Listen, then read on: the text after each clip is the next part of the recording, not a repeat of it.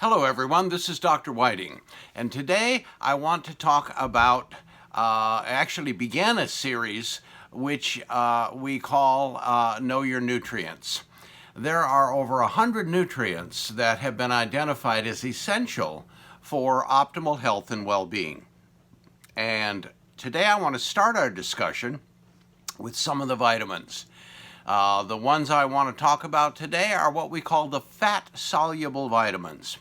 You see, there are 17 known vitamins, and 4 of them are what we call fat-soluble. That means that they require fats in order to be absorbed.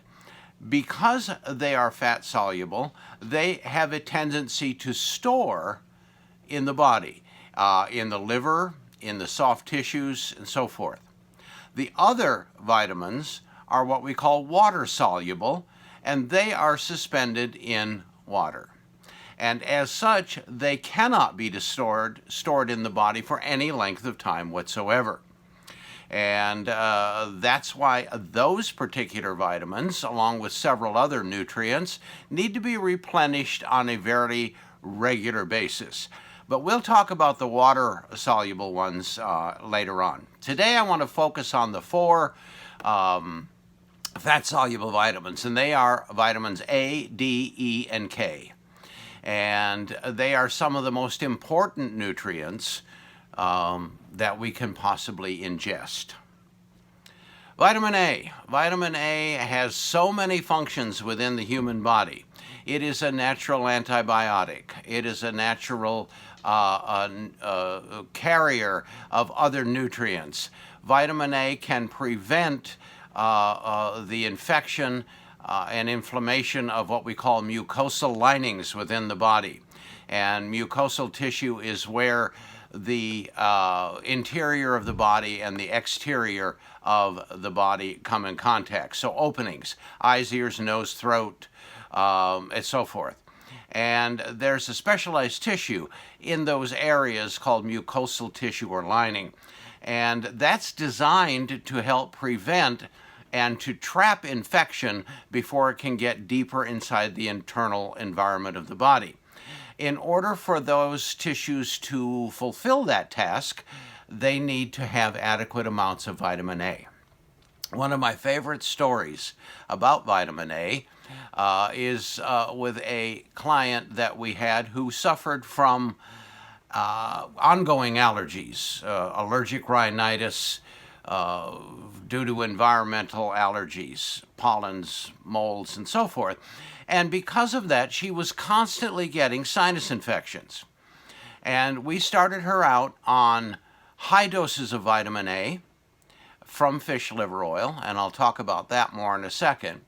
And lo and behold, it didn't solve her allergies, but she never got another sinus infection because the high amounts of vitamin A were allowing the mucosal linings of the sinuses to do their job and preventing infection.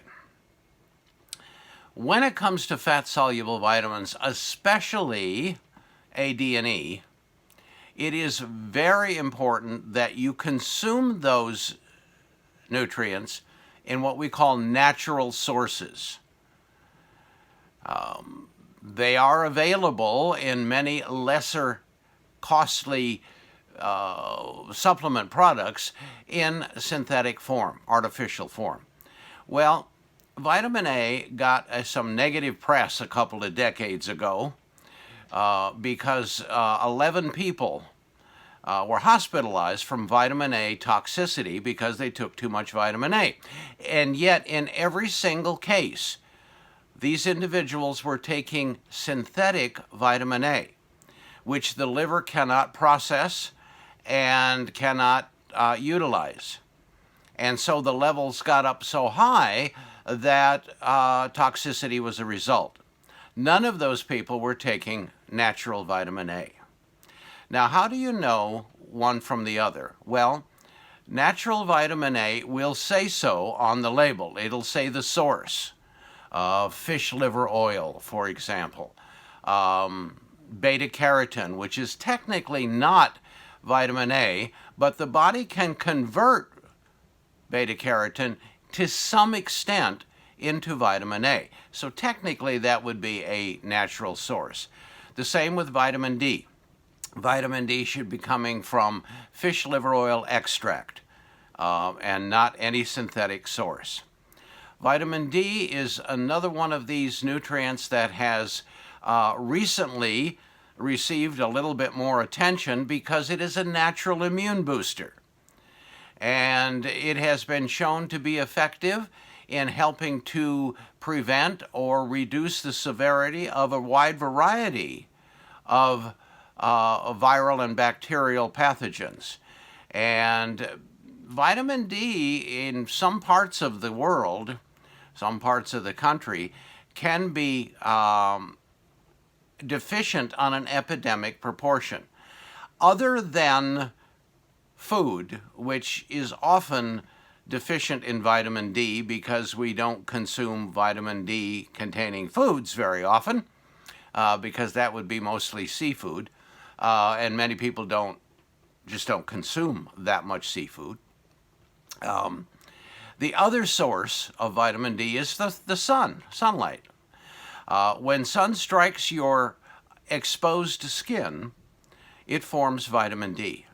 But in many parts of the world, in the country, it's winter, it's overcast, and there's no sun exposure. And so the risk of vitamin D deficiency increases exponentially.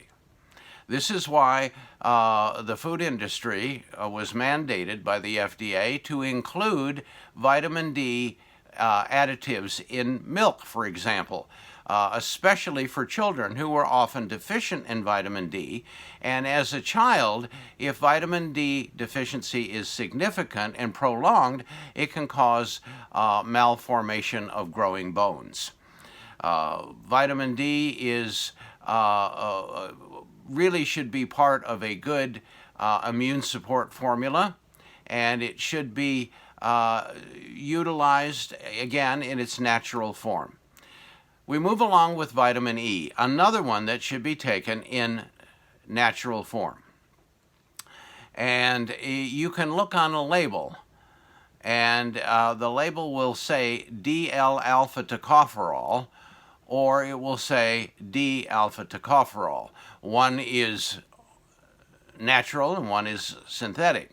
Synthetic vitamin E is another substance that the body has a very difficult time to process and utilize. So while vitamin E is an essential nutrient, it should also be taken with the caveat that it should be from natural sources. Lastly, vitamin K. Vitamin K has some very specific functions within the body, but we don't really have to worry about vitamin K very often. It is rarely deficient because it is present in leafy green vegetables. It is present in many fruits. So even if you ate a minimal amount of vegetation, you should be getting enough adequate vitamin K. The body doesn't need very much of it. It needs it in micrograms, not milligrams. And because it can be stored in the liver, vitamin K deficiency is very, very rare. So those are the 4 fat-soluble vitamins. They're wonderful, they're essential, and they should be taken on a regular basis. But please make sure you take them from natural sources. This is Dr. Whiting. Take care and stay safe.